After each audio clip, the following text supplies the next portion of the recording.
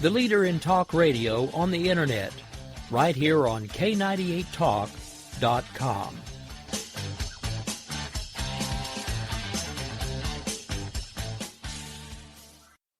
If you want to work until you keel over, have less of everything in retirement, or give back more of your hard-earned money to the stock market again, then just ignore me. But if you'd like to protect the money you save, receive a steady, predictable retirement income, and enjoy financial security for as long as you live, then listen to this. You can download a free report that reveals the wealth-building secrets Wall Street and the banks don't want you to know. You'll learn how you can get guaranteed growth, safety, and real prosperity without risking your money in the Wall Street casino, and how to get the money you need when you need it, simply by asking for it. This is the best way to have a 100% secure retirement and know your money will last as long as you do. To learn more about this method and to get your free report, go to 29security.com. That's the number 29security.com. 29security.com. Go to 29security.com.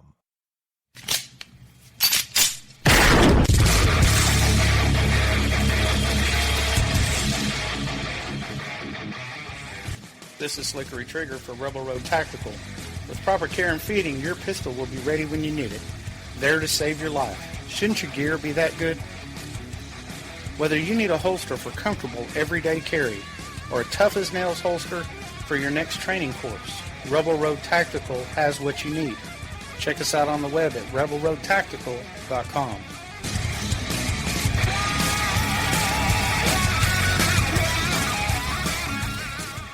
Tired of paying outrageous prices for Viagra? Well, we have great news for you. Now you can finally get Viagra at huge discounts. Healthy Man allows you to save up to $500 on Viagra. Why pay U.S. pharmacy prices of $15 per pill or more when you can get Viagra for less than $3 a pill? Call today and get 40 Viagra pills for only $99. This can cost as much as $600 at your local pharmacy. You can't afford not to call us. If you want Viagra at the lowest prices, never pay $15 a pill pharmacy prices again. Get Viagra for less than $3 a pill. Call 1-800-516-7602 today and save up to $500 and get 40 pills for just $99. Healthy Man is fast, easy, and affordable. Operators are waiting at 1-800-516-7602 to take your call right now. Call 1-800-516-7602. That's 1-800-516-7602. Again, 1-800-516-7602.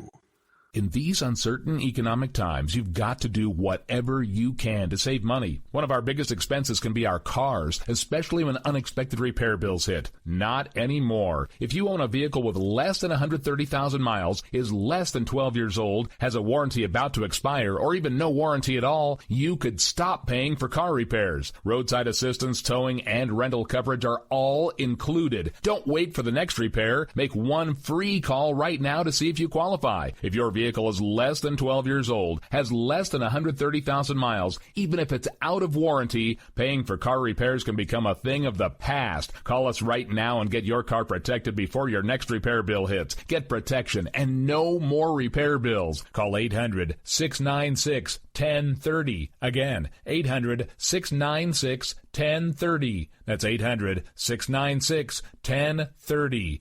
800-696-1030.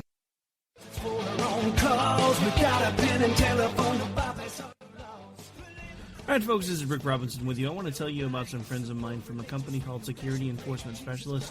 When I ran my security agency for 12 years, I worked with one of these partners on a daily basis. He's been involved in this agency now, and with his other partner, they do have over 30 years of experience in the private security industry. If you own a business and you need someone to keep you or your customers or residents safe, then I highly recommend contacting Security Enforcement Specialists today.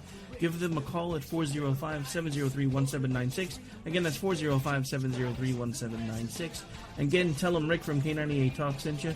Like I said, if you need the help, they are here for you. So make sure that you go look them up, check them out, and see what they can do. Wrong way. Welcome to the place.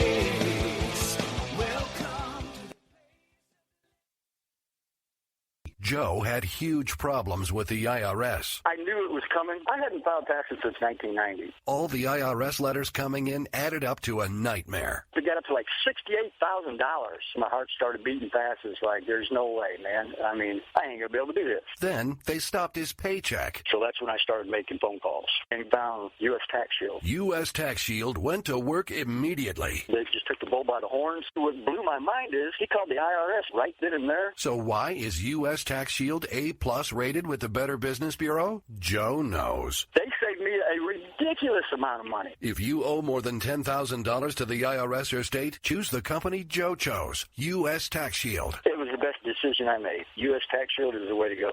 Life is good. Thank you, Lord. Call 800-471-3287. U.S. Tax Shield. Boo-rah. Yes. 800-471-3287. 800-471-3287. The Internet will never be the same. You're listening to K98Talk.com. Wow. Good God, y'all. What is it good for? Absolutely. Let's get started. Get ready to fight from within. You're about to go behind enemy lines on WNJC. Roger, 3-2. Goliath copies all. Go ahead. Target is surrounded by multiple firms entering what appears to be a residential area. Requesting permission to engage. From the People's Republic of New York City, you're now going behind enemy lines with Gene Baradelli and Russ Gallo.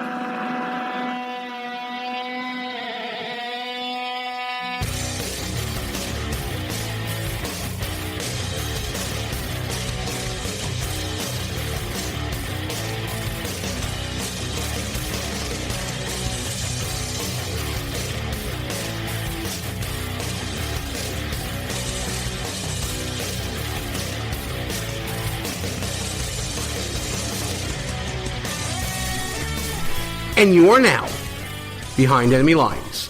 Hey there, how you doing, America? Gene Baradelli, Russ Gallo here. Russ, what's going on, man? We're winning the war on terror, Gene. Going to one ball game at a time. That's it. I'm watching baseball on TV. We won. I feel like a winner today. Come get me, ISIS. Oh, my goodness. We got a lot of show for you tonight, folks. Of course, I'm not going to delay things by talking about all the great things we'll be talking about. Got some friends of the show going to be calling in. And, let's get right into it, Russ, because obviously so much to talk about between what's going on.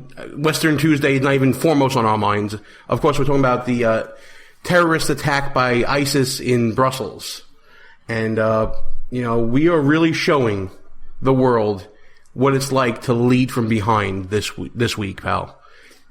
You can tell the tenor of my voice. I'm not in a jokey joke mood right now. It's hard to even take this stuff serious at this point. Our president is sitting with Raul Castro watching a baseball game in Cuba. And you know what? We're going to bring in someone right now, one of our friends from across the pond. He's a regular Behind Enemy Lines contributor. You hear his monologues weekly here on the show.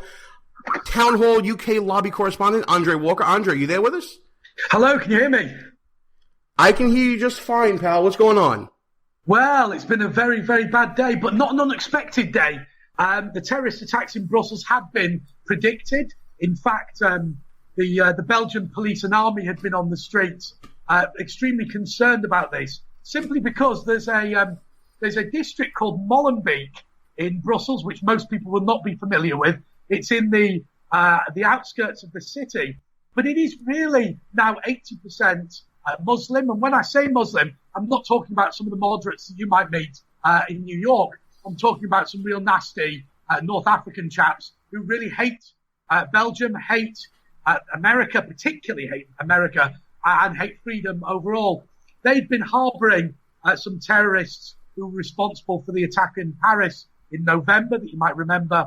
And this is, believe it or not, a retaliatory attack for the arrest of one of the terrorists responsible for the attack in Paris, who was arrested on Friday.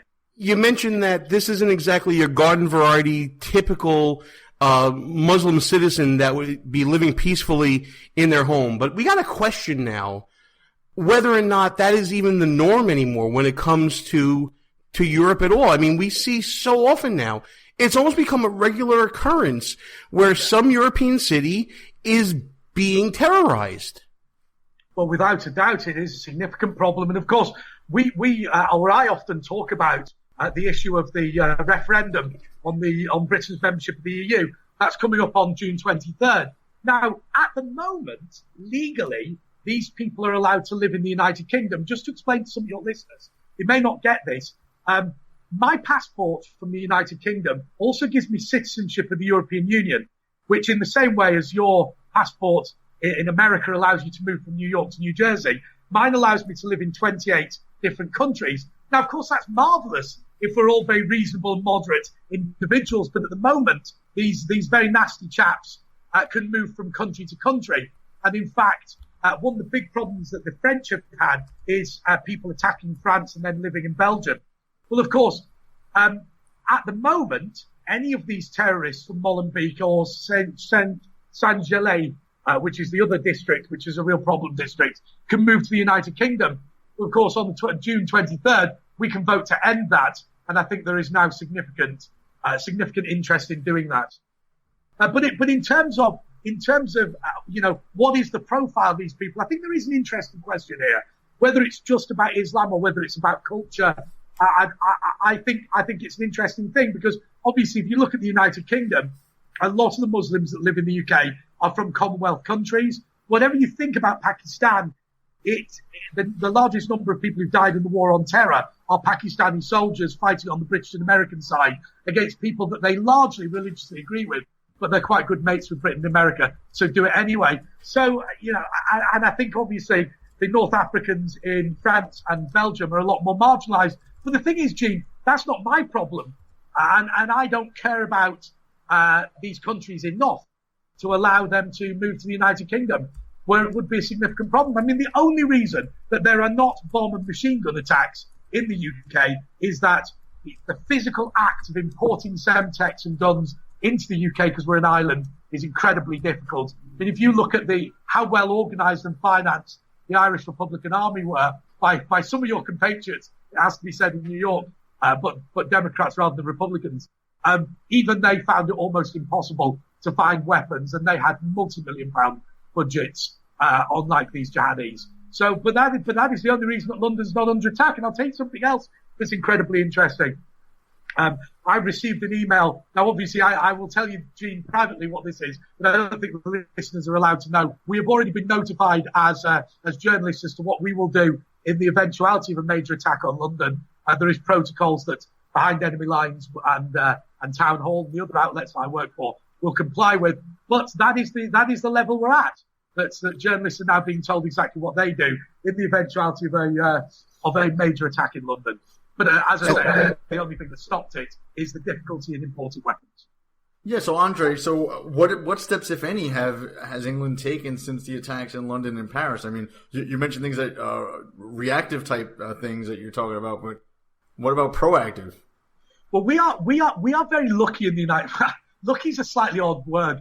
We are very fortunate in the United Kingdom, I suppose. We are very used to dealing with domestic terrorism with the IRA. I think the big problem that the difference between the Irish terrorists and jihadi terrorists is that Irish terrorists have a very specific ambition, and their specific ambition is to unite Ireland. Now, some people in Northern Ireland agree with them, some people disagree with them, but that is a very sensible and logical argument they want to make. The big problem is with the jihadis, they have no real ambition at all. But on the other hand, we are incredibly used to going into closed communities, infiltrating them, and discovering where terrorism exists. If you look at the difference between the prime ministerial or the royal motorcade and the American presidential motorcade, the reason that ours is significantly smaller is that we use intelligence-based security. That is to say that there would be no expectation in the UK of somebody having a gun who's walking the streets, because gun ownership in the UK is virtually non-existent. What we do instead is infiltrate the terrorist organisations, and that is our way of securing things. And we are rounding up, I mean, it's depressing really, we're rounding up jihadis at a rate of knots. I mean, I used to live quite near Southwark Crown Court, which is where the high security prisoners will get tried in the UK. And we used to see heavily armoured motorcades going past on a regular basis. The reason that we catch them is actually this. These guys are trained in Pakistan, they're trained in Tora Bora, in Afghanistan, but they all have one critical Achilles heel, which the British are brilliant at catching. When they were 14, they all went on jihadi websites. Now, when they were 18, they went over to Tora Bora and Pakistan to work out how to hide their tracks better. But by that time, they were already on the MI5, MI6 and GCHQ lists, and we were already watching them. And so what happens is, when they attempt to acquire weaponry, which, as I say, is an incredibly difficult process in the UK, we just pick them up and lock them up. That's really the proactive activities that we're doing. But what we are not doing, and here's the interesting thing, is we simply find it incredibly difficult legally to prevent these people coming to the United Kingdom if they hold a Belgian or French passport. And there are entire districts of Belgium and France that are now infested, and I think that is a fair word, infested with jihadis. We saw a report on Sky News today that said 123 people who are now in the European Union, 123, have signed up to be suicide bombers. We don't know where they are. They could be anywhere. I mean, I think the other depressing thing about this is the latest news that we get from Turkey, which is this. So the European Union, have requested, bear in mind, that all of these North African immigrants that are coming to the EU are returned to Turkey. You know what Turkey asked for in exchange for taking them back? They want visa-free access for every Turkish national to the European Union. That is 80 million people. Can you believe that? Absolutely. Andre, that was real teamwork right there, by the way. I appreciate you pitching in while we were having some audio issues, man. Listen, tell everybody where they can read your column on Town Hall, and we're going to get moving with the show right now. Thanks a lot again, man. This has all been awesome. No problem. Speak to you soon. Wait, you're not going to tell us any plugs or anything? All right, be that way. Fine, whatever. I don't care. Gene, didn't we do that so remarkably professionally and just at the end completely screwed up? Yes. No, whatever. Listen, everybody, go check out at Andre JP Walker on Twitter. Check him out at townhall.com and check him out right here behind enemy lines. There you go, Andre. All set up for you. Take care, pal. Gene, you are the professional. I am the mere pup. Yeah, I wish. Talk to you later, brother. Thanks again. And that was Andre Walker from townhall.com. A little bit of technical stuff there, but hey, we got somebody on the line from London at 2 a.m.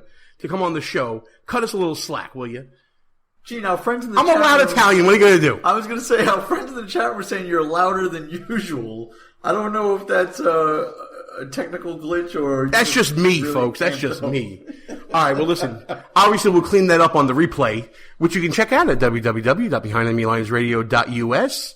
And you know what, Russ? The thing that I took from Andre's interview that was the scariest, really, at least for me, is that the trouble of tracking from, these French and Belgian passports across Europe, that's going to be a big problem going forward with the European Union. And by the way, we're going to have those same problems when they come with those same passports over to the United States. Well, yeah, because a lot of people with European passports don't need visas to come here from several European countries. And so a lot of these very same people, if they're citizens of those European countries, can fly right into JFK, catch a taxi cab from someone, an ISIS member driving them, which looks like most of them seem to be from that persuasion around here, and then hide out in the city until they get activated, whatever sleeper cell they join up in.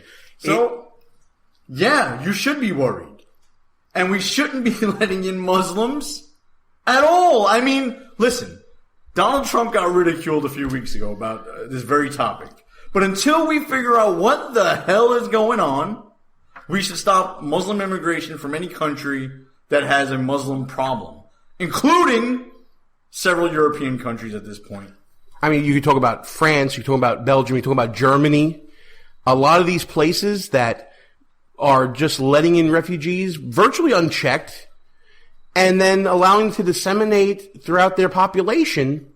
And, the one thing we haven't touched on, Russ, is these, what Andre was talking about, these enclaves, I guess you would call them, within different cities that are basically run by themselves without government intervention because the government's too scared to go there. And we're talking about these neighborhoods that basically police themselves. I liken it to the gangs of New York back in the day. The Italians would take care of the Italians. The Irish would take care of the Irish. And now the Arabs are taking care of the Arabs. It may not be so much a religious thing. That might be the cover. This might be more of a heritage thing than we really think about here, Russ. Listen, you can liken it to whatever you want to liken it to. But I don't... let's leave gangs in New York out of this. I liken it to this. When the Italians during World War II got out of line, the Italians got spanked by the Americans. And then they switched sides. When the Japanese got out of line during World War II, the Japanese got spanked by the Americans. And now they make great cars.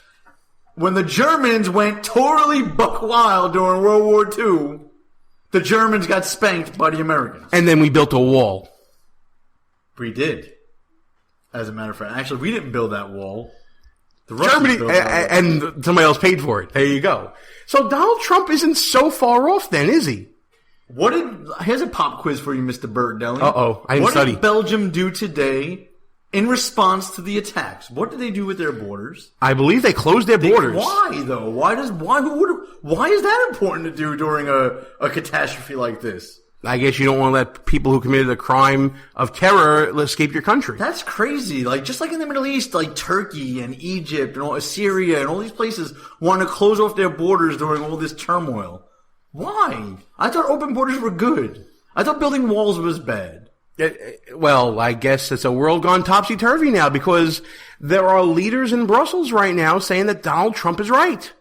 I don't know if you saw this today, Guess what? Russ. There's a lot of leaders in this country that are starting to say Donald Trump is right. It's starting to feel like... Do we still have that little clip you made of Donald Trump and Barack Obama about the Paris attacks, I believe it was. If we have it... I mean, like from back similar to what's going on from now. back during the Paris attacks. Yes. Yeah, I have that. What do you know? I have it right here. Let's take a listen. These are the same folks oftentimes who suggest that they're so tough that just talking to Putin or staring down ISIL or using some additional rhetoric somehow is going to solve the problems out there. But apparently they're scared of widows and orphans coming into the United States of America as part of our tradition of compassion. First they were worried about the press being too tough on them during debates. Now they're worried about 3-year-old orphans. That doesn't sound very tough to me. They've been playing on fear in order to try to score political points or to advance their case. And it's irresponsible. And it's contrary to who we are. And it needs to stop because the world is watching. Right now, we know of no specific and credible intelligence indicating a plot on the homeland. Now, with the southern border, everybody comes in. You just walk by.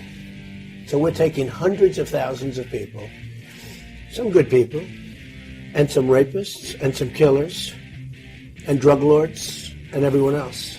And they're flowing through the southern border. And I would build a wall like nobody can build a wall.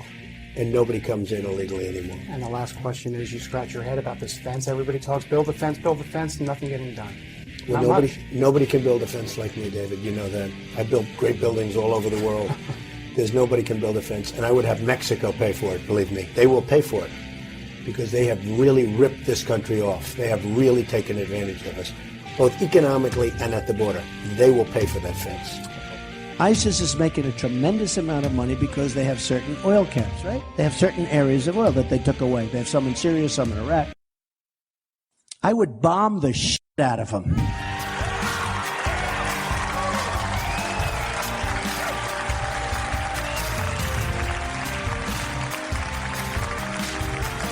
I would just bomb those suckers. And that's right. I'd blow up the pipes. I'd blow up the I'd blow up every single inch. There would be nothing left. And you know what? You'll get Exxon to come in there in 2 months. You ever see these guys, how good they are, the great oil companies? They'll rebuild that sucker brand new. It'll be beautiful. And I'd ring it, and I'd take the oil. They're using a shield. But we're fighting a very politically correct war. Yeah. Well, we see that and the happening other thing is with the terrorists, you have to take out their families. When you get these terrorists, you have to take out their families. They care about their lives. Don't kid yourself. But they say they don't care about their lives. You have to take out their families. Donald J. Trump is calling for a total and complete shutdown of Muslims entering the United States until our country's representatives can figure out what the hell is going on.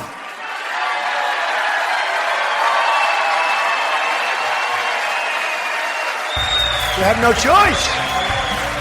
We have no choice. In closing, I want to salute the people of Paris for showing the world how to stay strong in the face of terrorism. Even as they grieve, Parisians have begun returning to their cafes, riding the metro, going to stadiums to cheer for their teams. Crowds gathered in the Place de la République, including a mother who brought her children. She said, to let them see that we should not be afraid. As one Parisian said, Paris will always be Paris. And next week, I will be joining President Hollande and world leaders in Paris for the Global Climate Conference. What a powerful rebuke to the terrorists it will be when the world stands as one and shows that we will not be deterred from building a better future for our children. Now, obviously, this is a country that is based on free speech. But when it edges towards violence, when we see the potential for someone lifting that mantle of anti-Muslim rhetoric, or, as we saw after 9/11, violence directed at individuals who may not even be Muslims but may be perceived to be Muslims, and they will suffer just as well, just as much. When we see that, we will take action.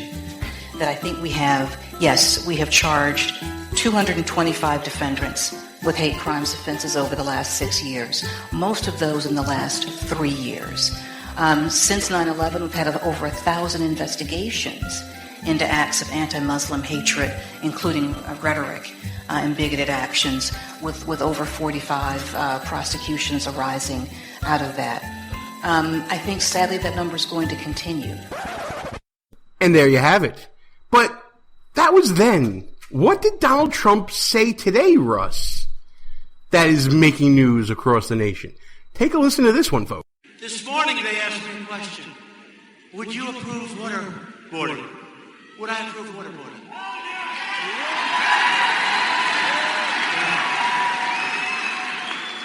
Would I approve waterboarding? And I said, well, let me ask you a question. On the other side, they chop off our young people's heads. And they put them on a stick. On the other side, they build these iron cages and they'll put 20 people in them and they drop them in the ocean for 15 minutes and pull them up 15 minutes later. Would I approve waterboarding? You bet your ass I would. You bet your ass. In a heartbeat. In a heartbeat. And I would approve more than that. And don't kid yourself, folks. It works, okay? It works. Only a stupid person would say it doesn't work. It works. They're all saying, oh, it has no effect. It has. I know people that are very, very important people, and they want to be politically correct. And I see some people talking on television about, well, I don't know if it works. And they tell me later on, it works. It works. Believe me, it works. And you know what? If it doesn't work, they deserve it anyway for what they're doing now. But it works. It works. But they deserve it anyway, Russ. Gene, this man is going to be president. I've been saying it for months now. Are you finally ready to go on record? I'm not ready to go on record yet, but I'm really ready to go on record that he's going to win. He's going to be the president. I'm telling you this. There's not a single person in America today that is watching what is happening in Belgium and not at least slightly concerned that it's not going to wind up happening here. And those very same people deep down in places they don't want to talk about agree with Donald J. Trump. That waterboarding is just fine. And you know what? Worse than waterboarding is just fine too. Well, we got some comments in the chat room. By the way, we got a live chat going on here when we broadcast live Tuesdays at 10 p.m. on Spreaker. And you know what? People in the chat room going nuts over some of the comments. Andre Walker joining us in the chat room. He's not only taking over the show on air, he's in the chat right now hanging out with our people. He's saying, hey, do you remember who opposed the wars in Afghanistan and Iraq back in the day? And this is interesting. France and Belgium. France and Belgium. Talk about comeuppance, Russ. I mean, this is what happens when you allow these elements to fester in your lands. But by opposing the wars in Iraq and Afghanistan, shouldn't the Muslims love them? Shouldn't they love us now that Barack Obama has pulled us out of Iraq and Afghanistan? By the way, no boots on the ground in Iraq, right? A Marine just died the other day. How does that happen with no boots on the ground? Well, yeah, and obviously we want to send our best wishes to their family and not use them as a political pawn here. But, yeah, I mean, it's the truth. I take offense at that. I'm not using it as a political I'm not pawn. saying you asking are. a serious question. I'm not saying you are. If there are no boots in the ground in Iraq, how does a Marine die in Iraq? Someone explain this to me. It's a valid question. I guess when... So just boots how on the many ground boots does not are mean there on the ground? Boots on the ground does not necessarily mean boots on the ground sometimes, I guess, Russ. Well, I'm especially curious, with this president. How many boots are on the ground? Can we ever find out now? Can I know? Especially with this president, there's certain things you can't find out because he's at the ball game, Russ. He's not where he should be. I gotta play. I know you put up a lot of clips for us right now. We're gonna get to some others now, but here's one I contributed. And you know what? The president right now, 6 hours after the bombing, he was at a ball game with a dictator from a communist country, where he should have been somewhere else defending our allies. Just to get relevant to what's going on right now, it's outrageous that the President of the United States is not in the Situation Room right now planning to destroy ISIS. What do you think of the argument that it's better that he not? I talked to a Romney supporter who was saying, if he came rushing back, he would look frantic. And he's going about his business like he tells people to go about his business. Yeah. Well, maybe that's why he's a Romney supporter. That would be like Franklin Roosevelt remaining at Warm Springs when the Japanese bombed Pearl Harbor.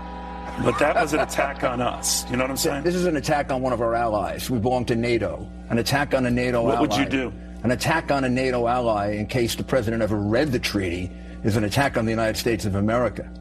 He has an obligation to defend that country. It's just like an attack on us. I don't know if he's ever read the treaty. The president's knowledge of history is quite questionable in any number of respects. He's always separated these two. I understand that, but he is always... He's sitting with a dictator. Watching a baseball game. He's sitting with a dictator watching a baseball game while innocent people are being killed in a war. He doesn't equate it that way. You know what? I mean, he said this before that. Well, then he should give the job to somebody else. All right, but you don't obviously agree with that. But if you were there now and looking at what you have to do, what do you do? Well, so far his strategy hasn't been working, right? Bush took 9/11 really seriously. He hit him back like hell, right? And we didn't get a terrorist incident from then on. He's been in office now for 8 years, and we've had 4, 5, 6, 7. I mean, obviously, he's not scaring them. They don't. There's no worry about Barack Obama doing anything. He would point out that outside of Boston, it's Europeans, it's the foreigner who they've been getting. But what about San Bernardino? Yeah. Outside of San Bernardino, we're going to forget the people in San Bernardino. I guess what he said. We're going to forget Fort Hood. We're going to forget the... so if his response is to get in front of this, how do you get in front of it? And we don't protect our allies any longer? An attack on France is not an attack on us? The man has no conception of the NATO treaty and what it entails. Do you get a sense that they're not even communicating in Europe enough, that France might not share with Brussels, France, what's going on? I know what they think of him in Europe, but I don't think... No, that's themselves, how they're doing it. They don't think we have a president. In Poland, they don't think we have a president.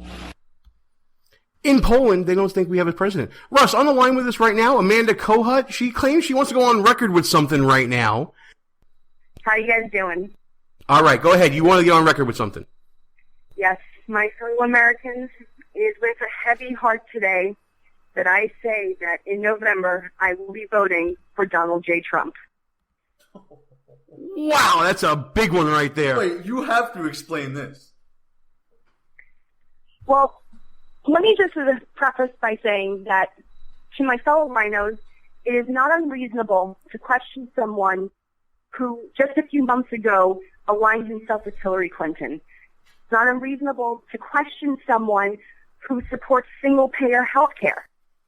It's not unreasonable to question someone who has rhetoric that borders on violence. But what is not reasonable is to think that after the events today in Belgium, that we can simply sit on our hands and not take the appropriate action to defeat the hydra that is ISIS. We must have escalated military intervention. We must have special operations in our intelligence divisions to go in there and defeat these guys. And I say that I hold myself and any other hesitant, reluctant Trump supporter to one standard, to constantly challenge him and to question and to make sure that he is reined in as much as possible. But it is a fact now, as of today, that there is only one person who is a viable candidate who is going to do, or at least says he will do what is necessary to defeat ISIS, and that is Donald Trump. Amanda, I'm almost speechless. But here's the question for you, because I agree with everything you said, by the way. But what's your favorite? Because I have mine. Is it waterboarding him worse? Is it bombing the S out of him? Is it stealing the oil? Is it banning Muslims? What's your favorite tool in the Donald Trump toolbox? I can't believe this is happening.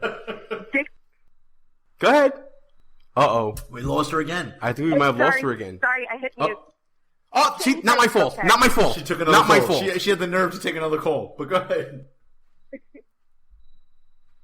And it hurts, and I don't like him, but I don't have to like him to vote for him. Okay, so it's not any of the statements for us. It's that he's the army she got, not the army she wish she got. But that's what you got to go to war with, right? Listen, here's a dirty secret for all of you out there. Number one, he's doing very well amongst men, especially white men, because we've explained this last week, or I explained it last week. Men want to be men. And Donald Trump allows you to be a man without worrying about political correctness. But here's the other dirty secret. Women like to feel protected. And when you got an old grandmother and a communist running around talking about, we really shouldn't be profiling Muslims, blah, blah, blah. And every time you turn on the news, there's people running around with no legs on and nails stuck in their back. Guess what? Those women are going to come around too. And Ted Cruz is pretty tough, but nobody's tougher than the Donald. Actually, I'm going to challenge Amanda's assertion right now that Donald Trump is the only one tough enough to take on ISIS. Amanda, listen on your device, whatever you're listening to right now, to this clip from one of the debates when Wolf Blitzer asked Ted Cruz about how he would handle ISIS. Senator Cruz, you have said you would, quote, carpet bomb ISIS into oblivion, testing whether, quote, sand can glow in the dark. Does that mean leveling the ISIS capital of Raqqa in Syria, where there are hundreds of thousands of civilians? What it means is using overwhelming air power to utterly and completely destroy ISIS. To put things in perspective, in the first Persian Gulf War, we launched roughly 1,100 air attacks a day. We carpet bombed them for 37 days, saturation bombing, after which our troops went in and in a day and a half mopped up what was left of the Iraqi army. Right now, Obama is launching between 15 and 30 air attacks a day. It is photo-op foreign policy. We need to use overwhelming air power.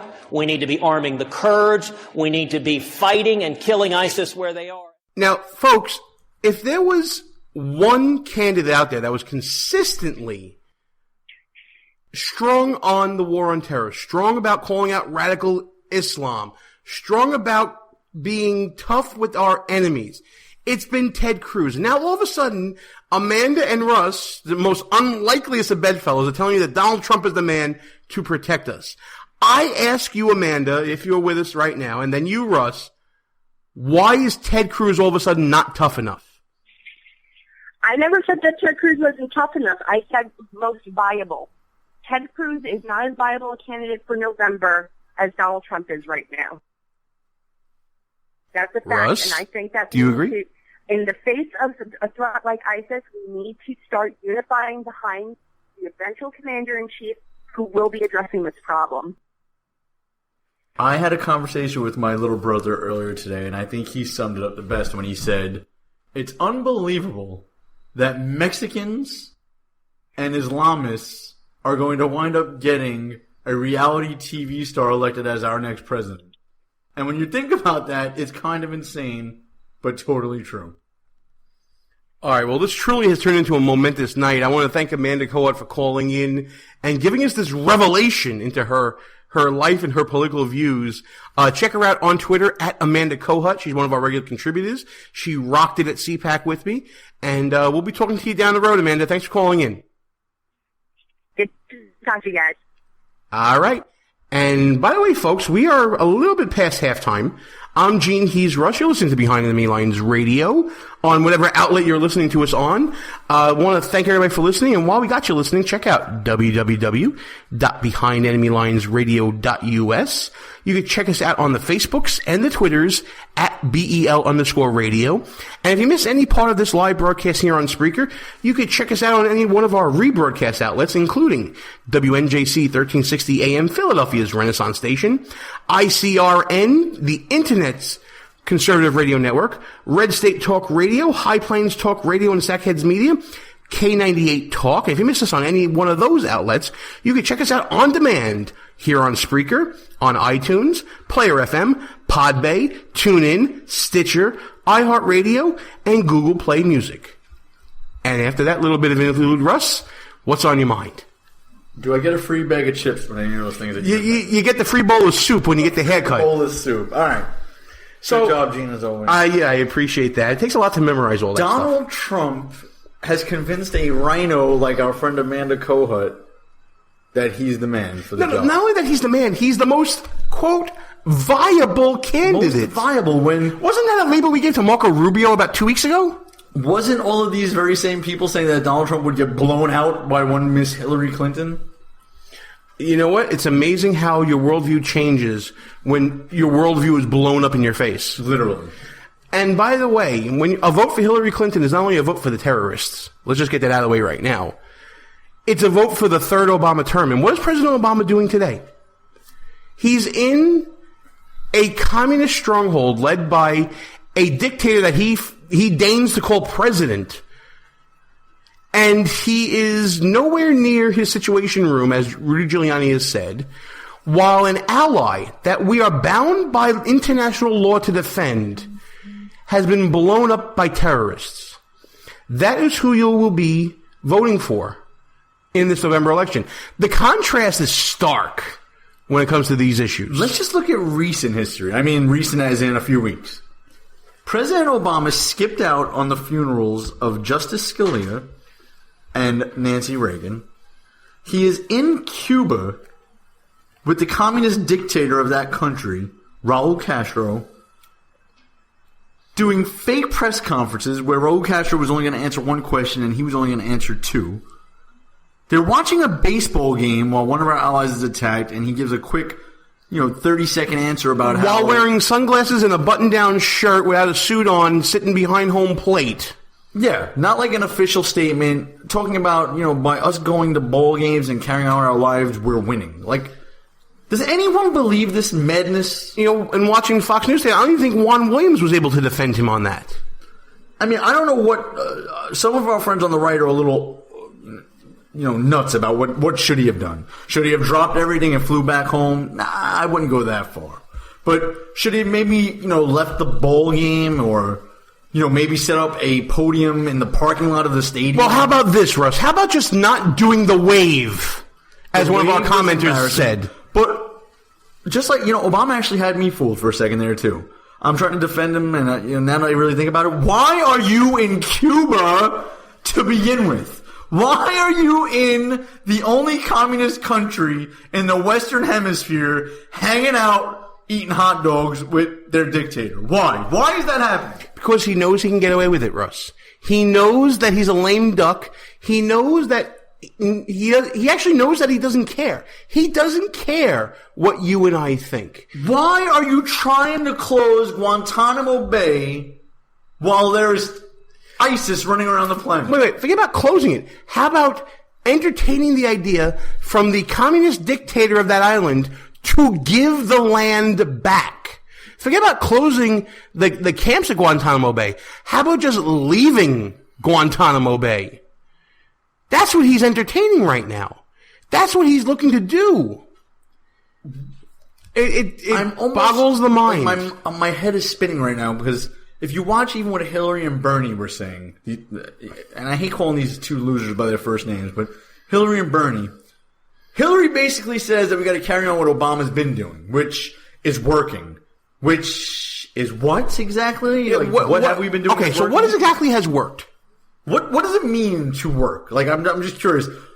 In Hillary's, the outcomes, the possible outcomes, what is success in her view?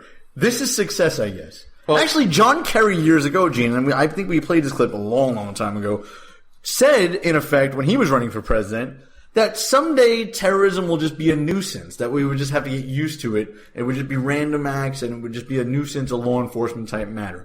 This is deep down what the left believes, that it's a law enforcement matter, not something that the military can handle. Well, you know what? Let's go to the clip right now about what Hillary would do with the war on terror. At the State Department, I built up a unit of communications specialists fluent in Urdu, Arabic, Somali, and other languages to battle with extremists online. We need more of that, including from the private sector.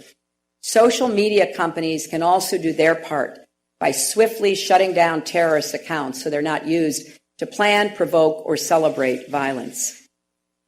Online or offline, the bottom line is that we are in a contest of ideas against an ideology of hate, and we have to win. Let's be clear, though. Islam is not our adversary. Muslims are peaceful and tolerant people and have nothing whatsoever to do with terrorism. So, hashtag diplomacy at its finest. That is an Obama legacy, isn't it? Well, she said social media can do its part too. I mean, so the Hillary plan of action is for Facebook to block the world. posts of ISIS members. Make it a better Maybe Twitter place can stop controversial for hashtags. you and for me. Whatever happened to hashtag save our girls or bring our girls back home? Oh, those were successful. Didn't you know that? This is what the left does.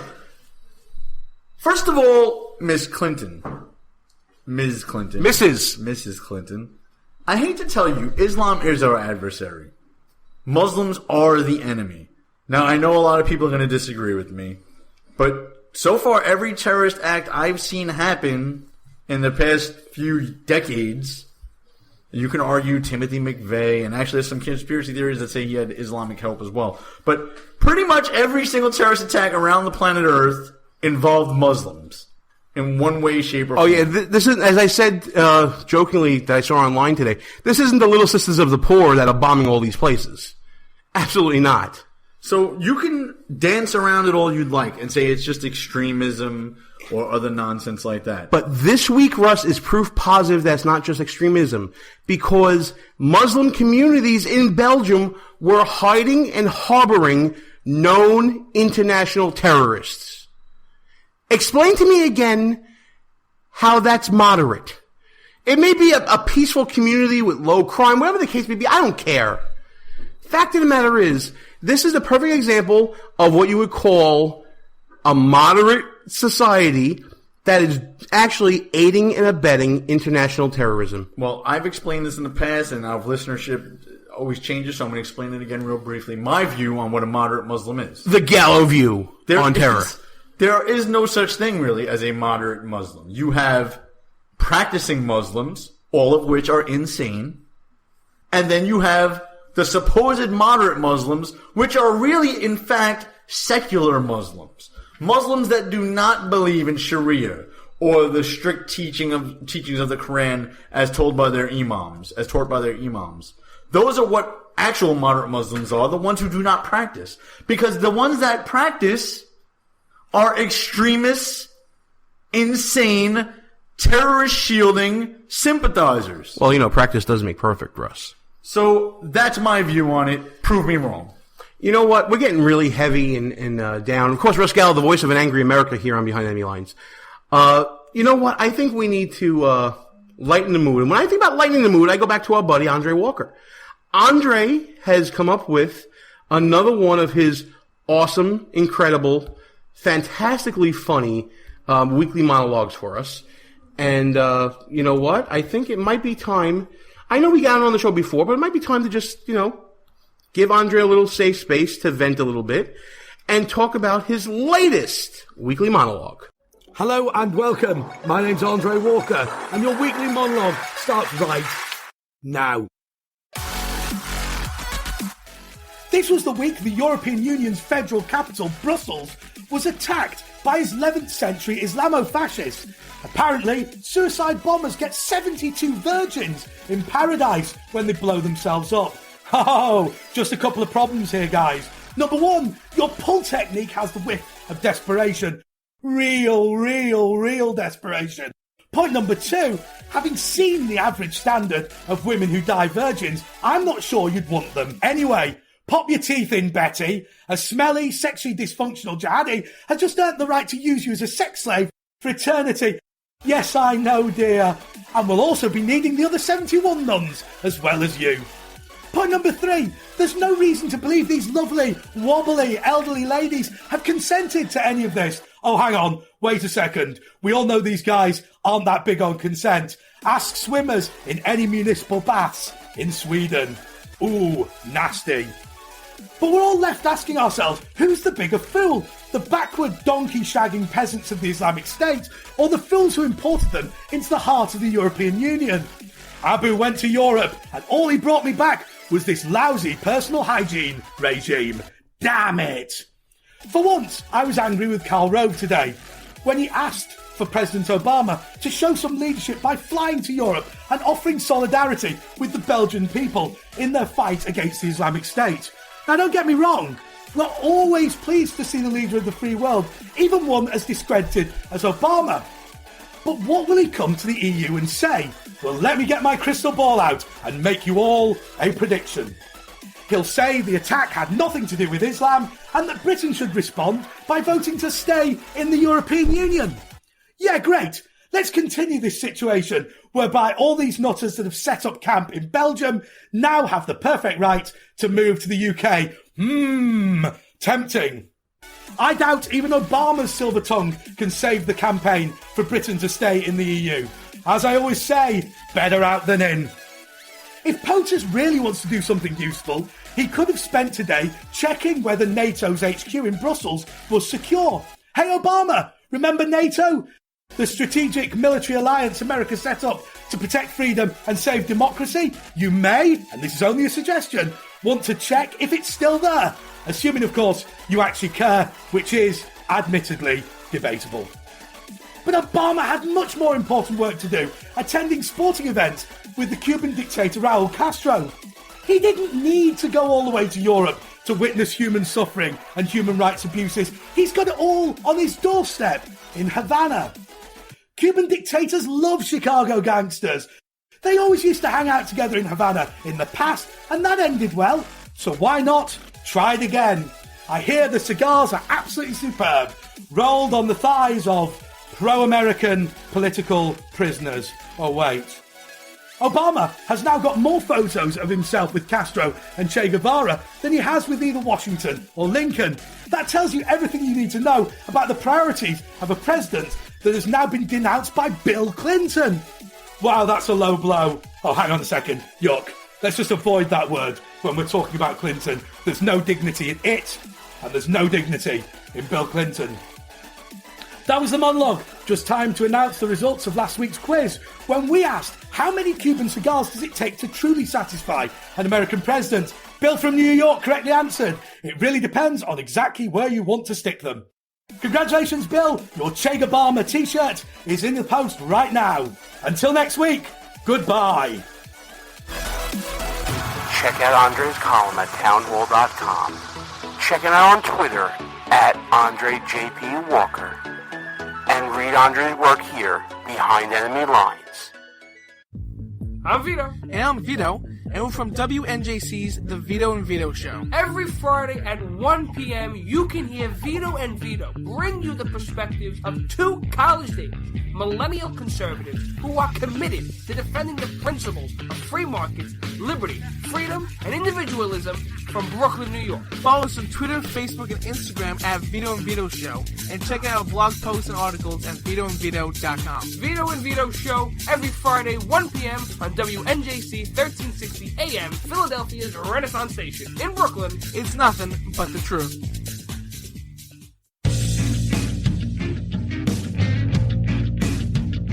There's a movement in healthcare today. It's a movement of people that's ready to stand up and take charge of their healthcare. It's people like you and me who are tired of paying too much for healthcare and getting too little. People who are standing up for their values and letting their conscience make decisions based on timeless principles. It's a movement that's sweeping the nation, and you need to be a part of it. Liberty HealthShare is leading the movement of people who are looking for an alternative to traditional health insurance. Liberty HealthShare is a healthcare sharing organization of people who are sharing the cost of healthcare in an easy and efficient way. Choose your own doctor, your own hospital, and live out your values in healthcare. Join the movement. Together, we're changing healthcare for good. Go to www.joinlhs.com or call 800-722-8041.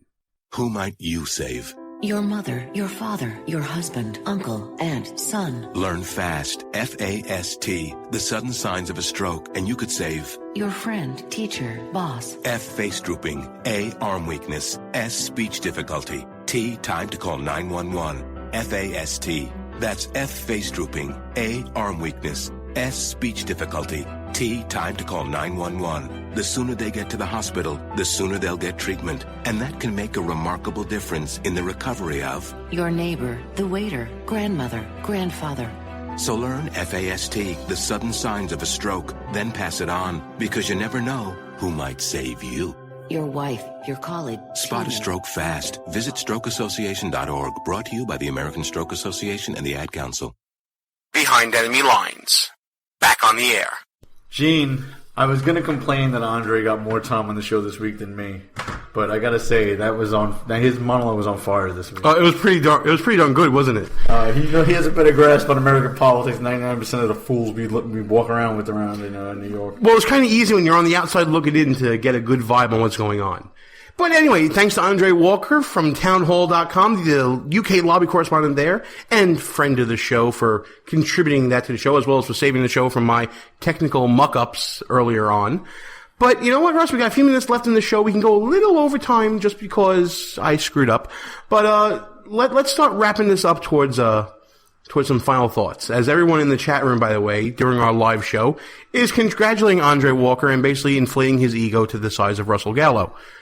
But Russ, take back your show right now. Make the show great again. Well, let's steer it towards politics since tonight is, Western Mini Tuesday or whatever they're calling it. Western Tuesday. Yes, indeedy do. So what is going to happen if and when there's an open convention and someone other than the person with the most votes, most delegates, most votes, whatever you want to call them, winds up becoming the nominee of the Republican Party? What happens then?